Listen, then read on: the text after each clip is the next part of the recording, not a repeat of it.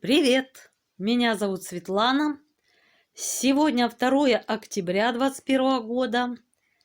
И у нас в программе в начале видео будет отчет по вышивке, который коснется очередной заготовки для новогодней игрушки, а также продвижения основного многоцветного процесса картины «Любимая мелодия». Во второй части видео, сохраняя сложившиеся традиции, мы всем нашим любительским клубам отправимся в очередное путешествие по страницам истории Средневековья. Сегодня, друзья, речь пойдет об очередной загадке Средневековья, таинственных суфиях.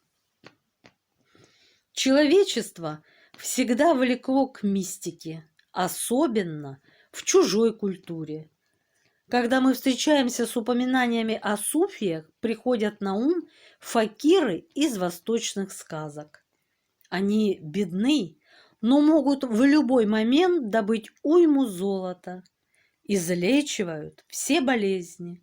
Посредством своей магии вмиг переносят молодого искателя приключений в крепость, где Дев держит его невесту, и даже дают весьма дельные советы, как победить чудовище. Ну а пока, друзья, вернемся к первому пункту программы, к отчету. Перед вами, друзья, очередная готовая вышитая заготовочка для новогодней игрушечки. Вот такая красавица Сильва Вареску. Вот уже есть у нас Адель, голубоглазая рыжулька, красавица из летучей мыши, в шляпе с розовыми перьями.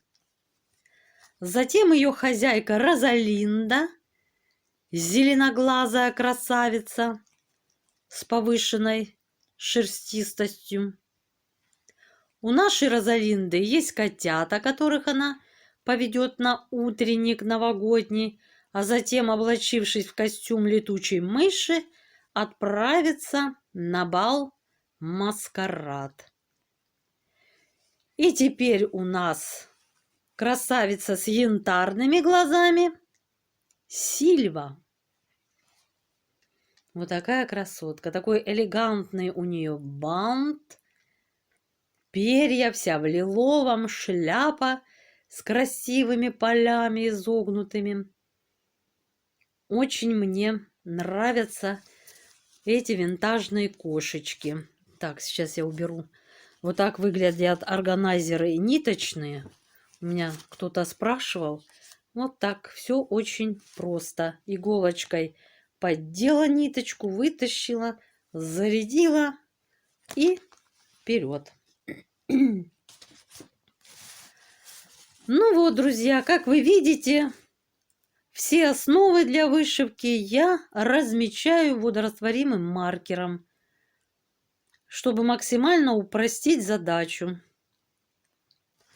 Схема, по которой я вышивала Сильву, черно-белая. Вот так. Обычно я бумажные схемы, как вы видите, зарисовываю. Вначале одним цветом, розовым, я выискиваю необходимые символы, которые собираюсь вышить, и уже вышитые сверху зарисовываю другим зеленым маркером, что в итоге получается у нас вот такой отвратительный цвет. Но зато, когда пользуюсь маркерами, все очень быстро и легко, просто вышивается. 50 на 50 крестиков. Вот такая маленькая игрушечка получается. Ниточек задействовано много, даже не считала сколько, наверное, около 30. И вот так выглядит ключ для бэкстича. Да, то, что здесь показаны сплошные линии, казалось бы, можно запутаться на схеме, но помогает то, что за каждым символом стоит название, указывает, что этим символом необходимо вышить. В данном случае стежок бэкстич в одну нить.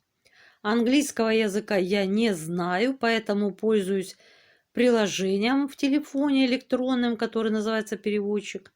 Подношу к тексту экран и в мгновение ока получаю перевод. Поэтому особых сложностей не составляет. Схемы и ключи с указанием с иностранными языками. Ну, вот так все и происходит. Вот такая игрушечка. Вышивается легко, несложно. Ну, правда, конечно, есть своеобразная такая, ну, не заковыка, а небольшое такое осложнение. Это дает стежок 1/4 крестика. И без бэкстича он смотрится некрасиво. Вот, если мягко говоря. Вот такие усы у наших красавиц. Как мы уже знаем, растут они в положенных местах,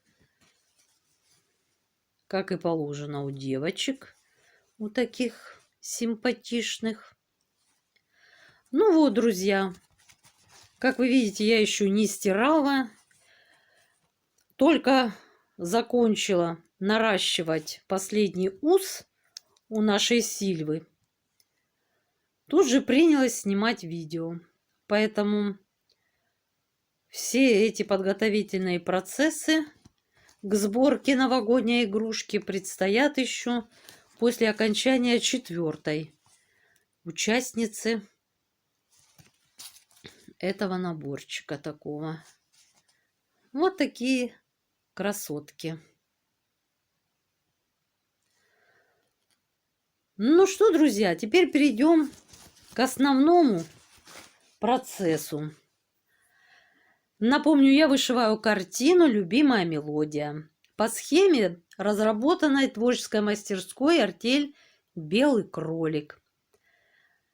В свою очередь, «Артель» схему разработала по картине итальянского прекрасного художника Евгенио Эдуардо Зампини. Вот такая. По превью я вам хочу сейчас показать, где мы с вами находимся. Находимся мы в левом верхнем углу и захватываем уже скатерть, часть стола. У нас уже удлиненная ножка Джузеппе есть одна, но затем мы идем ко второй. Предплечье розы, всевидящее око, поднимаемся вверх, горшик по стене вверх и до упора. Ну, в общем, вот эта часть у нас вышита. 20, ну, чуть больше 20% уже готово. 49 тысяч почти вышито крестиков. Вот как это выглядит на канве. Сейчас, друзья, я сниму, наверное, телефон, потому что не получается у меня по-другому показать вам.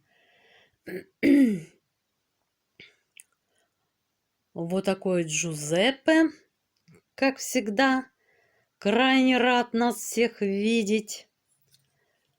Загадочная розочка улыбается и ждет своего триумфального часа. А своего часа уже, как мы видим, дождалась скатерть. В прошлую неделю я именно ею и занималась вплотную. Конечно, светлыми нитками по светлой канве вышивать непросто. И вот она состоит из массы всевозможных цветов и оттенков: серого, зеленоватого, болотного и так далее. Вот потрясает, друзья, ее натуральность, объем складок, как хорошо и качественно девочки проработали очередной элемент вышивки — скатерть. Вот даже одежда Джузеппе, брюки его, насколько своеобразно здесь подчеркнута складка образовалась. Мы понимаем абсолютно, где у нас проходит угол стола. Вот поверхность стола высветлена, и мы видим, что на ней лежит скатерть, небрежно откинутая Джузеппе перед тем, как он на стол взгромоздился. Потрясающе. Хорошо, как проработан непосредственно сам угол. Нога объемна, как выглядит, за счет того, что здесь вот такое затемнение черным цветом. Немножко, и как подчеркивает объем ноги. Вот ее естественность и натуральность. Поразительно. Молодцы. Друзья, вышила, когда не могла налюбоваться. Мне нравится, как проработана схема. Молодцы, девочки. Понимают, что мы затрачиваем много времени, сил, усилий, труда, сколько вкладываем своего в вышивку. И что хочется иметь качественный результат. Радует то, что не только основные персонажи, вот их лица, да, проработаны хорошо, но и элементы, которые находятся на заднем плане, которые второстепенны, но они тоже хорошо, все четко, не расплывчато, не разбито в пиксель. И горшочек вот. Ну, музыкальный инструмент, само собой, это вообще, так сказать, главная скрипка на данной картине, если можно так выразиться. Главная гармонь. Карман. Вот он абсолютно хорошо понятен и просматривается. Ну, о сковородочке я уже, конечно, рассказывала и восхищалась. Молодцы. Ну, а теперь скатерть потрясающая. Да, вышивается нелегко. Уровень сложности, как я уже повторяла, 5. Поэтому все ожидаемо. Но мне нравится вышивать, потому что результат радует. Ну вот, друзья, вроде бы я поделилась с вами впечатлениями, рассказала, сколько вышила я, около 4000 за прошедшую неделю крестиков. Вышиваю я крестиком в 2 сложения нити, канва 18-го каунта Аида, иглы 28 номера. Пользуюсь я вот таким вот нитевдевателем на резиночке, куда я потяну, потом отпускаю, оп, и все. И он отскакивает, и всегда висит привязанный у меня к станочку. Оп, и вот он.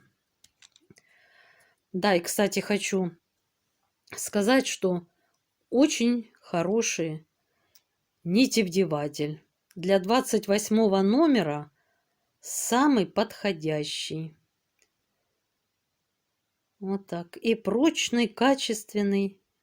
не одноразовый. Мне нравится. Вот так. Все, друзья, канву размечаю водорастворимым маркером. Вышиваю по электронной схеме в программе Сага. Выделяю область на 2, да, 3720, 200 крестиков. От меньшего к большему. И по цветам. Вот так, друзья. Ну, вроде бы основное я вам все рассказала. Ну что, переходим теперь ко второй части видео. К исторической. Все члены клуба нашего уже знают, что надо делать, да, друзья? Берем с собой все необходимое и отправляемся в Средневековье. И, кстати, друзья, я постараюсь вставлять картинки тематические. Поэтому, если вам интересно будет, посматривайте на экран. И там будут картинки, которые будут демонстрировать вам то, о чем я повествую. Вот так. Все. Отправляемся, друзья, в путешествие. Таинственные суфии. Стоит ли говорить, что человечество всегда влекло к мистике, особенно в чужой культуре? Когда мы встречаемся с упоминаниями о суфиях, приходят на ум факиры из восточных сказок. Они бедны, но могут в любой момент добыть уйму золота, излечивают все болезни. Посредством своей магии вмиг переносят молодого искателя приключений в крепость, где Дев держит его невесту, и даже дают весьма дельные советы, как победить чудовище. Сказка, как известно, ложь. Но в чем соль, если можно так выразиться, суфийских сказок? И вообще, кто такие суфии и чем вообще они так интригуют внимание человечества? Этот вопрос заинтересовал исследователей довольно поздно, когда расцвет мистической суфийской культуры уже прошел. Большинство смогло увидеть лишь осколки ритуалов, такие как пляски дервищи, хождение по углям, медитативные трансы и другие, скорее экзотические, чем исторические феномены. В наши дни, когда на право духовного наставничества современного человека претендуют многочисленные религии и вероучения, слова «суфи», «суфии» и «суфизм» все еще остаются тайной за 7 печатями практически для всех. Между тем, на протяжении тысячи лет сущность суфизма пытались почтить вначале ученые Ближнего и Среднего Востока, а затем и всего остального мира. Но даже сейчас утверждать, что мы знаем, кто такие суфии, мягко говоря, преждевременно. Поэтому любые попытки ответить на этот вопрос можно рассматривать как первый шаг на пути к постижению этой по-настоящему волнующей тайны. Имеется несколько предположений относительно возникновения термина «суфи». Самое распространенное гласит, что слово «суфи» происходит от арабского слова «суф», что в переводе означает «шерсть», «волосяница», «грубая шерстяная ткань».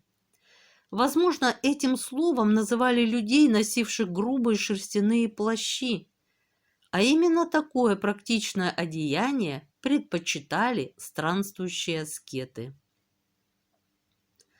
Мудрость, выработанную за века, суфии облекали в краткие, легко запоминаемые притчи.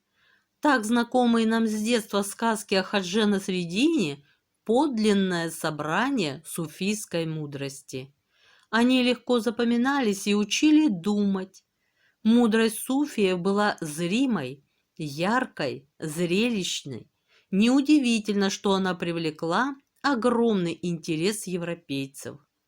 Западные путешественники вплоть до начала XX века впечатлялись суфизмом, как правило, становясь свидетелями совместных молений суфийских орденов.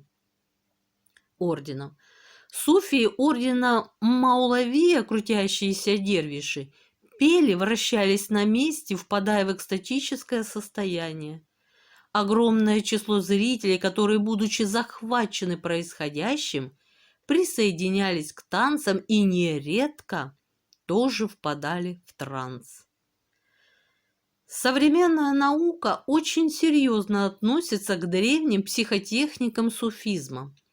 Она до сих пор не может дать рационального объяснения их тайн, ни тем более воспроизвести результат. Суфии вылечивают болезни, от которых отказалась медицина, меняют сознание, едва ли не летают по воздуху. Говоря о том, что суфизм вырос из ислама, стоит помнить, взаимоотношения суфизма с ортодоксальным исламом отнюдь не так просты и безоблачны, как может показаться на первый взгляд. Суфии – вдохновенные мистики ислама. Они считают, что отречение от мира, отказ от собственной малой личности и новое обретение ее во всеобъемлющем объединении с Богом – такова основная цель суфизма, достичь которую человек может только в состоянии экстатического восторга после прохождения многих стоянок на пути к высшему совершенству.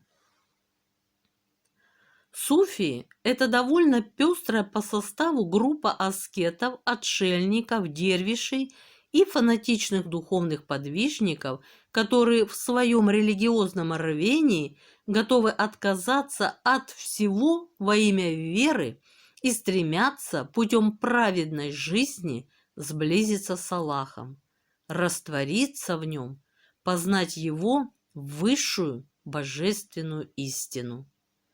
Для суфизма характерно сочетание метафизики с аскетической практикой. Суфии в грубых шерстяных накидках – это своеобразные мусульманские монахи. Появились они, как и их христианские собратья, далеко не сразу.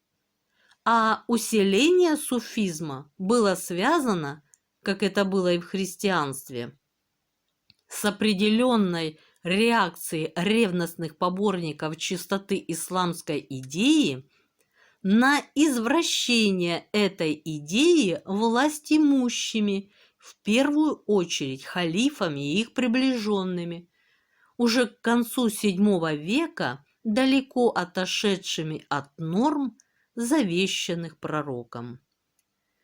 Правда, сам Мухаммед к аскетизму и монашеству не призывал. Однако он относился с уважением к аскетам и видел в воздержании едва ли не наивысшую добродетель. Некоторые исследователи считают, что суфии, как таковые, существовали и до ислама, но само учение определенного названия не имело. Другие утверждают, что ранний этап развития суфизма приходится на VII-X века. В это время он, отделившись от аскетизма, сложился во вполне самостоятельное религиозно-философско-нравственное учение. Суфизм шел от практики к теории, от чувственного опыта к канонам. Он базируется скорее на познании, нежели на доктринах, и первоначально его носителями были дервиши-странники, бродившие по необъятным просторам мира от Гибралтара до Ганга. Ветер переносит свободные семена туда, где они прорастут, если для этого есть возможность. Постороннему наблюдателю действие ветра может показаться враждебным по отношению к семенам. Но в чем же тогда функция ветра, если не в том, чтобы обеспечивать семена движущей силой, в которой они нуждаются? Эти слова суфийского шейха Бахауддина иллюстрируют в каком-то смысле космополитизм суфийского знания. Так что нет смысла территориально привязывать или искать его в каком-то определенном регионе. Суфийские ордена и братства редко привязываются к месту или ко времени, ибо сама привязанность к чему-либо противоречит суфизму. Учитель может дать свое благословение и отправить ученика за 3-9 земель. И тогда идеи этого братства дадут ростки уже совсем в другом виде и месте. Первые религиозные общины суфиев появились в Ираке и Сирии. Затем они быстро распространились от Испании до Индии. Но ни тогда, ни на дальнейших этапах своего развития суфизм не стал стройной, четко сформулированной и строго определенной системой взглядов. Суфизм не только продукт влияния других культур, он сам был серьезным фактором влияния на неисламскую цивилизацию. Вообще-то говоря, если присмотреться к европейской культуре, то многие значимые явления имеют восточное происхождение. XII-XIII века, время крестовых походов и реконкисты в Испании, являются также временем активного проникновения в Западную Европу культуры Востока. Следы исламского влияния отчетливо видны в архитектуре. Так, например, стрельчатый или готический свод, давший название целому архитектурному стилю, по мнению некоторых историков, берет свое начало в арабской архитектуре. Решающее влияние на поэзию трубадуров оказала поэтическая традиция соседней арабской Испании. Великий Данте и многие из его литературных современников использовали в своем творчестве символы и выражения, заимствованные из персидской и арабской суфийской поэзии. Неизвестный современный исследователь и интерпретатор суфизма Сеид Идрис Шах доказывает, что под явным суфийским влиянием находились Августин, Франциск Ассизский, тамплиеры, английский поэт Чосер и немецкий поэт и мыслитель Гёте. Считается, что суфиями были многие великие персидско-таджикские поэты, такие как Саади, Хафиз, Омар Хайям. Сказки «Тысяча и одна ночь», анекдоты о Хадже Насреддине, роман Сервантеса «Дон Кихот» – все это создано под сильным суфийским влиянием и имеет тайный, скрытый от непосвященных смысл. Что касается науки, то некоторые знания естественно-научных отраслей были в полном объеме заимствованы Европой у исламской цивилизации. Химия, например, до сих пор сохранила свое арабское наименование. Алхимический бум в Европе был подготовлен сочинениями, которые стали переводиться с арабского языка на латынь, начиная с XII века. В 1085 году даже была основана в Толедо специальная школа, где арабские рукописи переводились на латынь и изучались. Если взять астрономию, то ее технические термины во всех европейских языках по большей части свидетельствуют об их арабском происхождении. В астрологии же до нашего времени названия большинства небесных тел арабские. Через мусульманских посредников в Европу подпадает также множество технических изобретений: водяные и механические часы, порох, бумага, магнитная игла, астролябия и другое. Относительно математики можно сказать, что не только употребляемые европейцами цифры, известные как арабские, хотя они индийского происхождения, но и целая математическая наука неизвестной античности алгебра имеют своим истоком мусульманский Восток. Некоторые страницы произведения францисканского монаха XIII века Раймунда Лулия кажутся цитатами из работ выдающегося мыслителя мусульманского средневековья, богослова и суфийского философа Мухии ад-Дина Мухаммада ибн аль-Араби, 1165-1240 год. Хотя вопрос о прямом влиянии величайшего учителя, как называли его исламские авторитеты, в научном мире до конца не решен и в наши дни. Но многие чертежи арабского мыслителя явно перекликаются с содержанием работы Лулия, в которой приведены чертежи и правила пользования логической машиной. Лулий знал арабский язык и большую часть своих трудов писал на нем и испытывал сильное влияние суфизма. Как признавал сам Лулий, его повесть о любящем и любимом написана по суфийскому образцу. Лулий не только изучал суфизм практически, занимаясь определенными упражнениями, но и передал это знание дальше, отмечает Идрис Шах.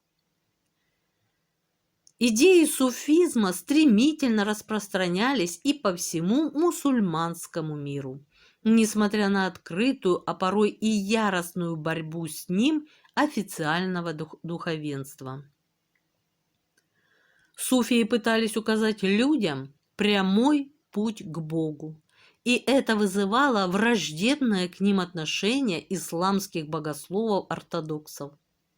Суфии стали подвергаться преследованиям, и среди них появились мученики, пострадавшие и даже казненные за свои убеждения. Но, как это уже не раз бывало в истории человечества, репрессии только повышали интерес к запретному и преследуемому учению. Оно становилось более массовым. В этих условиях ортодоксальные исламисты нашли единственно правильный выход. Признали учение суфии одной из ветвей ислама и таким образом легализовали его. Со временем к суфиям привыкли. За свою святость и преданность вере, за ревностное служение Аллаху и жертвы ради Него они приобрели уважение мусульман, видевших в контакте с дервишами в подаянии и услужении им верное средство приобщиться к их святости, приблизиться к Аллаху. Постепенно суфии стали чувствовать себя в исламском мире более уверенно. Официальные власти признали их и, более того, стали широко использовать их авторитет и призывы подчиниться воле Аллаха. К IX веку суфизм обрел зрелые черты. Появились весьма любопытные социальные образования, своеобразные центры суфизма в виде постоялых дворов для странствующих суфии. Эти обители назывались ханака и служили неофициальным клубом по интересам. В ханака какое-то время жили и обменивались духовным опытом ищущие знания. Сюда же приходили отшельники-аскеты и ученики. Таким образом, разнообразные духовные практики становились доступными большему числу желающих, и, как следствие, происходила их систематизация и описание. Таким образом, община Ханака сочетала в себе одновременно несколько функций: мечети, караван-сарая, школы и базара. Не отказываясь от традиционных общемусульманских практик, мистики сдабривали их экзотическими упражнениями вроде 40-дневного поста в могильной яме или моления вниз головой. Кроме того, желая посвящать как можно больше времени духовным упражнениям, мистики отказывались от создания семьи и активного участия в общественной жизни. Ученик не обучался в традиционном понимании, а овладевал в меру своих сил и способностей предлагаемым методом, внимая учителю, наблюдая за ним и повторяя его действия. Но даже самым необычным людям понадобились некие правила, когда они стали проживать на одной территории. Скорее всего, первые правила общежития в Ханака сначала имели хождение в устной форме, определяясь традиционными нормами сосуществования под одной крышей и отношениями хозяин-гость. То есть в объединении суфийских мистиков появляются характерные черты религиозного ордена. Вообще сходство суфия с христианскими монашескими орденами, или точнее рыцарско-монашескими, настолько бросается в глаза, что не заметить это невозможно. Например, тамплиеры, будучи христианами, много почерпнув из восточной мудрости, не обошли своим вниманием и суфийскую систему. Считается, что помимо очевидных целей, как, например, защита христианских паломников, у тамплиеров были и некие тайные цели.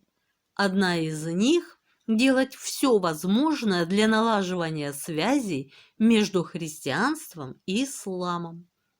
Существует и ряд документальных подтверждений того, что, несмотря на постоянные военные столкновения между воинствами христиан и мусульман в Святой Земле, существовали и весьма тесные контакты между тамплиерами и некоторыми исламскими братствами Востока. Известно, что тамплиеры подписывали тайные договоры с мусульманской сектой исмаилитов, что и было продемонстрировано несколько раз во время стычек между арабскими и тамплиерскими частями, в которых обеими сторонами было продемонстрировано истинно рыцарское отношение друг к другу.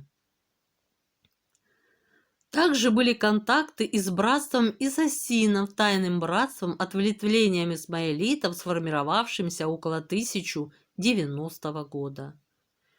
И уж точно существовала определенная связь с суфизмом. Поэтому организация братства Ноасуфиев и его правила весьма походили на организацию и правила тамплиеров. Расцвет суфийской традиции совпадает по времени с расцветом ордена храма. Однако самые знаменитые суфийские братства возникли между XII и XIV веками. Истинным веком суфизма называют XII век. Поэтому весьма вероятно, что именно в этот период тамплиеры, выполняя миссию, о которой говорилось выше, тщательно собирали всю возможную информацию о духовных аспектах ислама. Теоретики раннего суфизма, как и многие другие восточные мудрецы, считали целью своего учения нравственное совершенствование человека, а не создание массовых организаций, участвующих в политической жизни стран и народов. Именно политическая незаангажированность учения привела к нему крупнейших интеллектуалов исламского возрождения, ученых и поэтов. Также влекла их и глубокая терпимость этого учения, допускающего любой лишь бы искренний путь к Богу. Этот сильный гуманистический порыв открыл суфизму путь к сердцам европейцев. Через секты есеевы и каббалистов тамплиеры восприняли также некоторые элементы иудаизма, и все это вместе взятое определенным образом стимулировало духовность жителей Запада в течение всех последующих веков. Впоследствии много времени посвятили изучению суфийских практик и правил также мальтийские рыцари. Но эта история принадлежит уже не средневековью. Постепенно на отношения внутридуховного сообщества Ханака переносится модель патриархальных отношений внутри обычной семьи. Старший по возрасту шейх – отец, ученики одного возраста – старшие братья, более молодые – младшие. Иначе говоря, в кругу общины происходит постепенное разграничение функций как среди учителей, так и среди учеников, то есть формируется иерархическая лестница, основанная на послушании старшим. Ханака меняется, ее устройство усложняется. Само духовное сообщество шаг за шагом все более обособляется, подчеркивая свою элитарность и избранность в обладании духовным знанием. Теперь в него так просто не войти. Чтобы стать его членом, нужно пройти испытательный срок и обряд посвящения. И теперь Ханака начинает взаимодействовать со светской властью и во многих регионах получает от нее поддержку и финансирование. Но, несмотря на появление иерархии, впрямую называть суфийские объединения орденами не очень корректно. Суфизм создает иерархию во главе с шейхом, но учитывает существование неких скрытых духовных лидеров. А в настоящем же ордене великий магистр один. Кроме осевших в Ханака остаются странствующие суфии. Их-то, как правило, и знают как легендарных странствующих дервишей и бродячих мудрецов, у которых есть ответы на все вопросы. Всем известен суфийский термин «дервиш». Это слово обозначает нищего, который ходит от двери к двери, прося подаяния. Суфийская традиция рассматривает странствующих дервишей как ищущих и минимально связанных с миром, а осевших в Ханака как нашедших и связавших себя с миром. Эти две категории как бы дополняют друг друга. Странствующие суфии приносят в Ханака новые методы мистического познания, а в Ханака знания систематизируются и сохраняются. Путешествие является основной духовной практикой странствующего суфия и символизирует его отказ от привязанностей и потребностей. В пути с собой у него только необходимый минимум вещей: посох, молитвенный коврик и сосуд для омовения. Суфийские идеи внесли в ислам глубинную духовность, смягчив его жесткий рационализм, заставили по-иному взглянуть на человека, его роль и место в обществе и природе. В позднее Средневековье и потом отношение к суфизму нередко менялось от государственной поддержки к неприятию ортодоксальным мусульманством. Примерно в 1740 году Мухаммед ибн Абдаль-Вахаба, основатель ваххабистского движения, вновь начал кампанию против суфизма, обвиняя его в идолопоклонстве. И его последователи разрушили множество могил шейхов в Аравии. В Турции влияние суфизма было огромным. Существовало множество суфийских общин. В XX веке светское националистическое правительство Ютатюрка запретило суфийские братства и проведение массовых обрядов у могил шейхов. К 1920 году все мусульманские страны, за исключением Турции, Персии, Саудовской Аравии и Афганистана, были завоеваны и обращены в колонии. С разрушением структуры местного самоуправления суфийские братства начали играть важную роль и во многих местах стали очагами сопротивления. Отношение колониальных властей к ним было двояким. С одной стороны, они боялись влияния религиозных лидеров, с другой – осознавали, что, заключив мир с религиозной властью, получат относительно стабильную обстановку. Сегодня суфийский ислам, вобравший в себя мудрость еврейской каббалы, духовную глубину брахманизма и лао-цзы, тайные обряды европейских рыцарских орденов, противостоит воинствующим радикалам-мусульманам.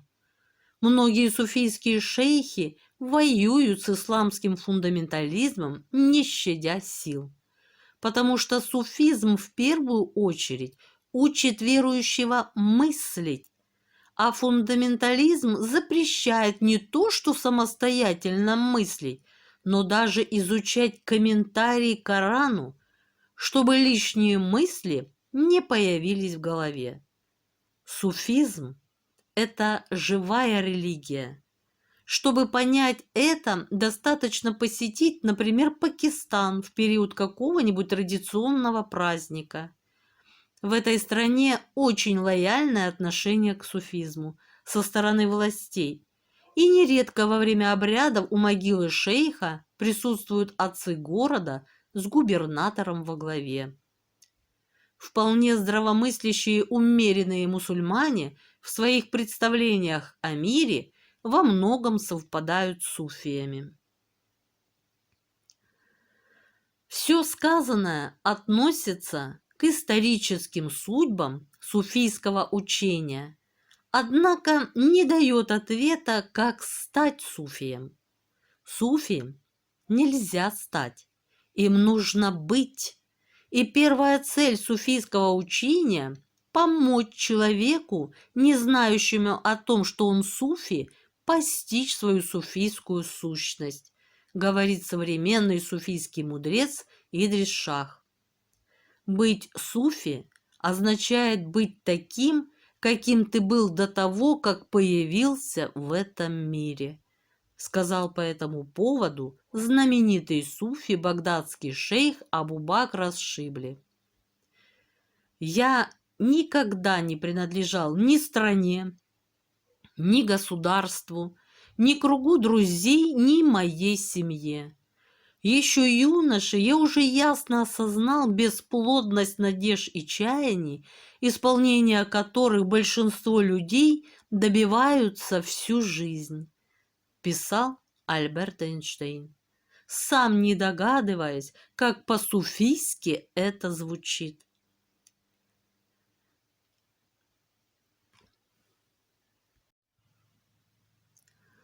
Иранский теоретик и историк суфизма Ал-Худжвири из Газни еще в XI веке предвидел судьбу своего учения. Он писал в книге «Раскрытие скрытого за завесой», что на земле во все времена жили и будут жить несколько тысяч тайных суфи. Причем многие из них даже не будут догадываться о совершенстве своего состояния. Именно эти люди придают истории человечества определенную направленность, обеспечивая ее приближение к истине. Путь к своей цели тайный суфи может пройти с учителем, и тогда он, возможно, будет более легким, приятным и скорым. Но этот же путь может быть пройден самостоятельно, ибо великие суфийские учителя прошлого оставили на нем свои знаки для идущих вослед. Но этот самостоятельный путь окажется, возможно, более трудным, отягощенным колебаниями и сомнениями. Когда же первая цель достигнута, и человек осознал себя, ему начинает открываться иной мир, иная вселенная, та самая, что, по словам Алхуджвири, скрыта за завесой людской суеты. Вторая и главнейшая цель суфийского учения – помочь суфию в его восхождении к истине. Путеводная звезда в этом движении едина для всех суфи, и имя ей – любовь. Мистические практики суфиев, их методы психотехники сейчас очень популярны в разных странах.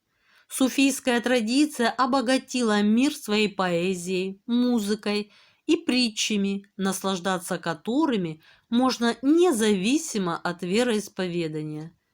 Методы обучения суфиев популярны среди современных духовных искателей из-за своей динамичности и изящества.